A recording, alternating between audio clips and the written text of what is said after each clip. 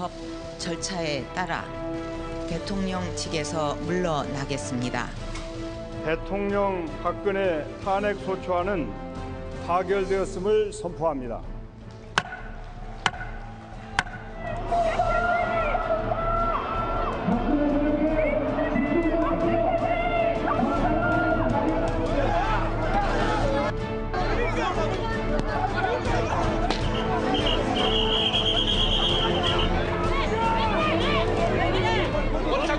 청구인 측에는 예리한 일본들을 주고 피청구인에게는 동일한 버커를 주면서 공정한 증검 승부를 하라는 것과 같다고 할 것입니다. 이런 것이 결국 소송 지원을 목적으로 이루어진 것이다.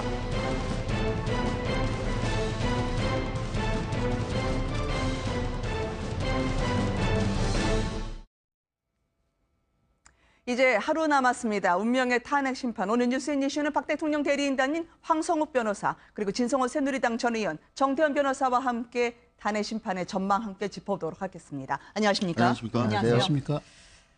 자, 지금 이 시각 헌법재판소 무엇보다도 경찰이 증강해서 배치가 됐고요. 헌법재판관들 평의가 진행이 되고 있습니다.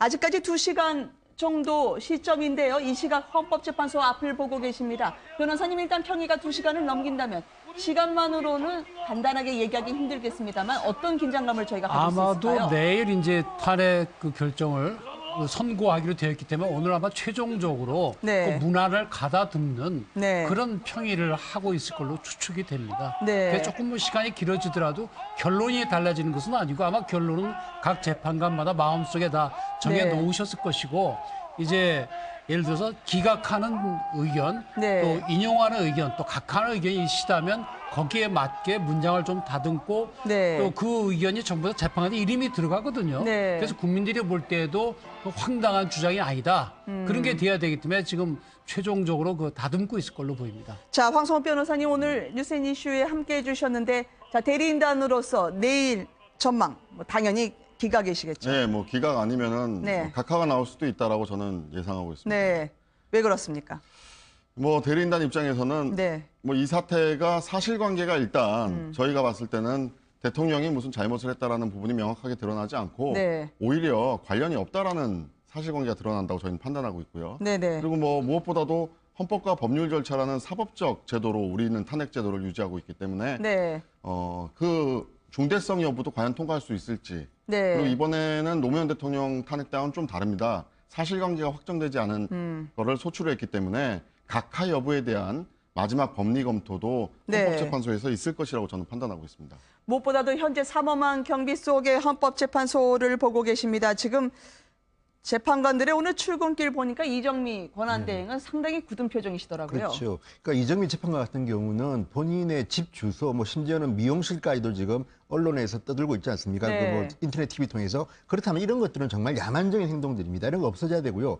또 하나는 뭐 여기 대리인단이 계시지만 죄송한 말씀이지만 대통령의 대리인단에 속한 변호사께서도 집회에 나와서 마치 헌재 불복할 수 있다는 듯 우리가 무슨 북한의 인민이냐는 이런 식의 발언은 좀 자제해 주시는 게 좋지 않을까. 그리고 저는 내일 탄핵이 기각이 되든 인용이 되든 간에 어쨌든 간에 모든 것은 헌법재판관들의 전문성과 양심에 맡기면 되는 겁니다. 그래야지 다른 정치권에서 인용해라 기각해라 이렇게 압력가하는 거. 그리고 지금도요 혼자 앞에서 저렇게 시위를 벌이는 거는 민주주의 표현이 아니라고 봅니다. 지금 저기서 시위하는 분들의 민주주의를 보호하기 위해서 이까지 온 건데 박근혜 대통령이 왜 왔습니까? 저는 내일 헌재가 어떤 결정을 내릴지 모르겠습니다. 솔직히. 그렇지만 박근혜 대통령은 자, 헌재 결정과 별도로 대통령으로 자격이 있느냐는 문제에 대해서만큼은 어쨌든 많은 국민들은 자격이 없다고 생각하는지도 모르겠습니다. 네. 여론조사에 따르면요.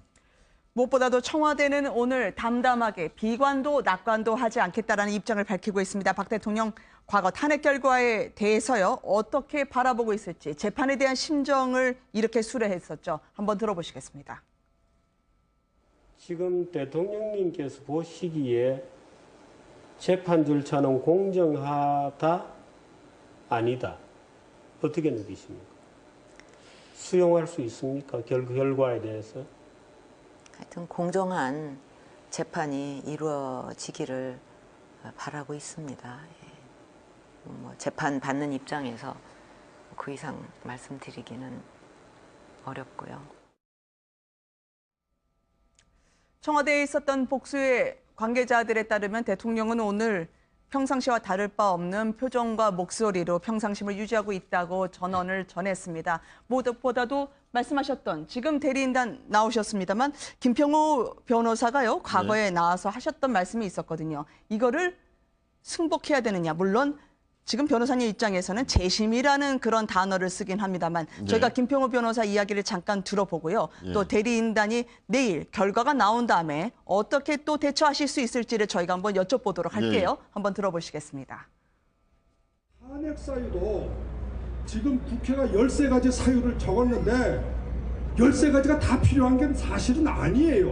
한 가지 한 가지 나눠서 투표했더라면 모두가 3분의 2를 통과하지 못해서 탄핵 사유가 하나도 안 생길 텐데 이게 사기가 아니고 뭡니까? 헌재에서 판결을 내리면 무조건 승복하자고. 여러분 우리가 누굽니까? 조선시대 양반들이나 우리 상놈들에게 그렇게 말했습니다. 무조건 양반들 말을 따르라고. 그러나 지금 우리가 조선시대입니까? 승복이라는 한 말은 정치적인 발언이기 때문에 보통 이제 대리인분들도 변호사분들은 재심이라는 이야기를 하시더라고요. 어떻습니까? 지금 이 시각 또 내일 결과까지 19시간도 남지 않았습니다만 대리인단에서 지금 공통적으로 재심 부분에 대해서는 어떤 의견을 모아가고 있는지요? 네, 그게 먼저 말씀드리자면 이 각자 대리 원칙이기 때문에 변호사가 각자 대통령의 변호사입니다. 그렇기 때문에 저희 대리인단 입장에서 어떤 통일적인 의견을 조율한다라는 것은 큰 어떤 쟁점이 아니고서는 있을 수 없고요. 그래서 뭐 김평호 변호사님께서 재심을 생각하신다면 김평호 변호사님이 그 법적 절차를 따라가시면 되고요. 저희도 또 저희 나름대로 법적 절차에 무슨 항의를 할 수 있다거나 불복할 수 있다면 검토할 수도 있습니다. 그러면 박 대통령은 최근에 만나보신 적이 있으십니까? 대리인단 입장에서 어떠시던가요? 뭐 대통령께서는 여전히 처음부터 평상심은 유지하고 계셨고요. 뭐 특별히 감정의 동요가 있거나 그런 모습은 본 적이 없습니다. 재심에 관해서 이제 헌법학자들 사이에 그 이론이 갈라지는데요. 우선 그 대통령이 아닌 다른 탄핵 대상자들의 경우는 재심이 가능하다 이렇게 보는 반면에 대통령에 대한 탄핵 결정의 경우에는 재심을 허용해서는 안 된다. 그런 학설이 더 우세합니다.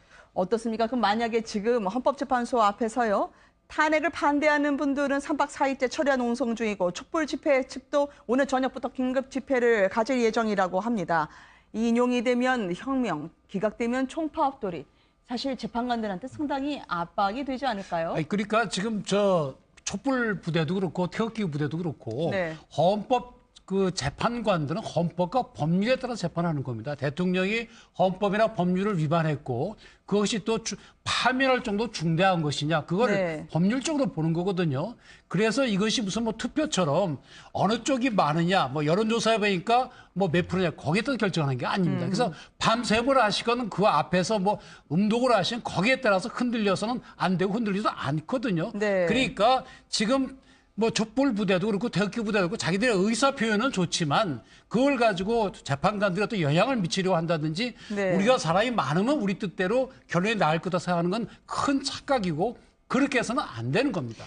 근데요, 저는 김평호 변호사가 하신 말씀이 재심을 의미하는 것 같지는 않습니다. 왜냐하면 저 안의 사정을 보면 이거는 일종의 저항권 발동, 예를 들어서 뭐 아스팔트의 피라든지 시가전 이런 말씀을 하시는 거는 재심하겠다는 뜻으로 하신 말씀 같지는 않고요. 우리가 뭐 북한의 인민이냐, 조선시대에 뭐 양반말 시킨 대로 하는 뭐 조선시대 사람들이냐 이런 말들은요, 재심을 갖다 겨냥한 발언으로 보이지 않습니다. 그리고 또 하나는 그 정치권의 문제입니다. 저는 오늘 정세균 국회의장이 여야 중진 의원들하고 식사를 하면서 어쨌든 간에 무조건 이 뒤를 우리는 준비하자. 국민들이 안심할 수 있도록 하자는데 그렇게 나가야지. 저는 대통령 후보라는 분들 입에서 자 인용되면 또는 기각되면 뭐 지난번에 문재인 전 대표도 만약에 기각되면 혁명밖에 없다는 말을 해가지고 얼마나 비판을 많이 받았습니까?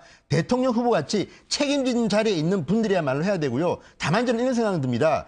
헌재 바로 앞에서 하는 건 저는 문제라고 보지만 시위를 통해서 촛불 집회든 태극기 집회든 간에 헌법에 보장된 자기의 정책 표현을 하는 것은 저는 자유라고 보고 인정해줘야 된다고 생각합니다. 다만 그 과정에서 폭력이라든지 또는 상대방을 위협하고 테러하겠다는 이런 의사표현은 경찰이 막아야겠지만 순수한 시민의 권리까지 우리가 막을 수는 없다. 이런 생각이 좀 듭니다. 무엇보다도 지금 헌법재판소 정문으로 진입하는 시도는 차단이 됩니다. 많은 집회 참가자들의 진입 시도가 있을지 모르겠지만요. 경찰은 지금 가포 비상령, 그러니까 가용한 인력 100%를 동원해서 자신의 지역에 위수하는 경찰의 비상태세가 시작이 됐는데요. 혹시 있을지 모르는 혼란, 압력에 대해서 이정미 재판관의 과거 발언을 들어보도록 하시겠습니다. 이분은 이제 끝나면 한 말씀을 해주실 수 있을까요? 들어보시겠습니다. 재판의 신뢰를 훼손하려는 여러 시도에 대하여 다시 한번 매우 우려를 표합니다. 이 심판정에 계시는 모든 분들은 재판 진행을 방해하는 행위를 절대 삼가해 주시기 바랍니다. 자, 황 변호사님, 그럼 어떻습니까? 지금 어쨌든 경찰에서도 최고 단계의 비상근무를 하고 있고요. 내일 이 시각에는 혹은 19시간 뒤에는 헌법재판소에 다 가 계실까요? 대리인단분들 말이죠. 대리인단은 모두 참석 예정이고요. 네. 뭐 지금 경찰에서도 지금 뭐 초비상이라고 하긴 하지만 이제까지 촛불 집회나 태극기 집회에서 뭐 폭력이라든지 크나큰 불상사는 일어나지 않았습니다. 그리고 뭐 그렇죠. 집시법에 따른 국민의 표현의 자유를 하는 것이기 때문에 네. 뭐 김평우 변호사님께서 집회에서 마이크를 잡아서 경우에 따라서는 좀 과격한 발언이라고 볼 수도 있겠지만 네. 그것이 뭐 법정에서까지 투과된 것은 아니기 때문에 네. 확대 해석할 필요는 없으실 것 같습니다. 네, 알겠습니다. 오늘 계속 여러 발언들이 쏟아지고 있는데요. 정미용 전 KBS 아나운서의 경우에는 지금 어쨌든 탄핵 반대 집회에서 상당히 목소리를 높이고 계시는데 탄핵되면 목숨 바치겠다고 하니까 실제로 목숨을 바치시겠다는 거냐 해서 또 이런저런 논란 속에 정미용 전 아나운서가 아니 그렇게까지 해석할 필요가 있냐고 하면서 계속 잡음은 나고 있었습니다. 그렇죠. 사람들의 여론과 그리고 찬반의 갈등 말이죠. 그러니까 정미용 전 아나운서께서 어쨌든 실시간 검사가 1위에 올랐습니다. 네. 그 이유는 저겁니다. 내가 만약에 이게 기각이 안 되면 목숨을 바치겠다. 그러니까 사람이 듣는 사람에 따라서는 이거 뭐 자살이냐 이런 이야기까지 나오니까 나중에는 해명을 했습니다. 네. 누구 좋으라고 내가 죽겠느냐. 다만 그렇게 치열하게 이제 활동하겠다는 뜻이라고 했는데 어쨌든 저분의 뭐 진심은 제가 이해하겠으나 저런 표현도 저는 좀 긍지했으면 좋겠고요. 네. 또 하나는 지금 제가 이제 정미용 전 아나운서 발언도 그렇지만 지금 현장을 가보면요. 마치 박근혜 대통령에 대한 이 탄핵이 보수냐 진보냐로 편가르는 것 같은 게 저는 안타깝습니다. 네. 오히려 저는 보수 진영에 있는 분들도 박근혜 대통령이 보수 출신 정치인 아닙니까? 오히려 저 사과를 해야 되는데 지금 저는 탄핵 시민은 헌재 재판관들이 하겠지만 지금까지 드러난 일에 대해서는 어쨌든 간에 보수 정치인들은 반성을 해야 되는데 네. 자꾸만 이것을 갖다가 진영 논리로 갖고 하는 것은 문제라고 보고요. 지금 저 헌법재판관들이 누굽니까? 통진당 해산을 결정했던 분들입니다. 네. 저분들은 이게 보수냐 진보냐의 논리가 아니라 이 사람이 헌법에 맞느냐 안 맞느냐를 갖다가 지금 심판하는 겁니다. 그렇다면 조금 더 냉정해질 필요가 있는데 지금 정미용 전 아나운서의 발언도 보면요. 저게 이제 보수냐 이제 진보냐의 진영 논리로 가는 것 같아서 좀 안타깝습니다. 네. 어떠세요? 정태훈 변호사님은 내일 예상을 어떻게 하십니까? 글쎄 뭐 수도에 점치는 건데 네. 그냥 단순히 그냥 추측해 보기는 각하는 좀 어렵지 않을까. 왜 그런가 하면은 네. 그 노무현 대통령 때 그 절차적인 문제들이 다 지적이 됐고 이번에 또 나오는데 그거는 지난번에 안 받아들인 그런 선례가 있어서 네. 이번에 바뀔 수도 있지만 그건 좀 어렵지 않을까 그런 생각이 들고요. 네. 다만 이제 이것이 기각이냐 인용이냐고 이제 볼 때는 그게 사실관계거든요. 그래서 이제 헌법재판소에 제출이 돼 있는 그런 증거에 따라서 결정이 될 걸로 보입니다. 제가 구체 증거를 안 봤기 때문에 그래서 많은 25명의 증인도 나왔고 또 검찰로부터 받은 증거 기록들도 있지 않습니까? 그중에서 헌법재판소가 증거를 쓸 수 있다는 거 그런 걸 골라서 그거 갖고 이제 판단해 볼 때 이제 사실관계에 있어서 네. 인정할 수 있는지 없는지 또 중대한지 않은지 그걸로 이제 따라서 결정할 걸로 보입니다. 청와대는 오늘 말이 없었습니다만 의뢰인을 대신해서 짤막하게 국민들에게 대리인단으로서 해주실 수 있는 사실 방송에서는 오늘이 최후 변론이나 마찬가지일 것 같아요. 그렇죠, 변호사님? 예, 뭐 국민들께서 정치적인 해석으로서 이 재판 절차를 바라보시기보다는 네. 탄핵 심판은 우리 헌법적 절차에 따른 것입니다.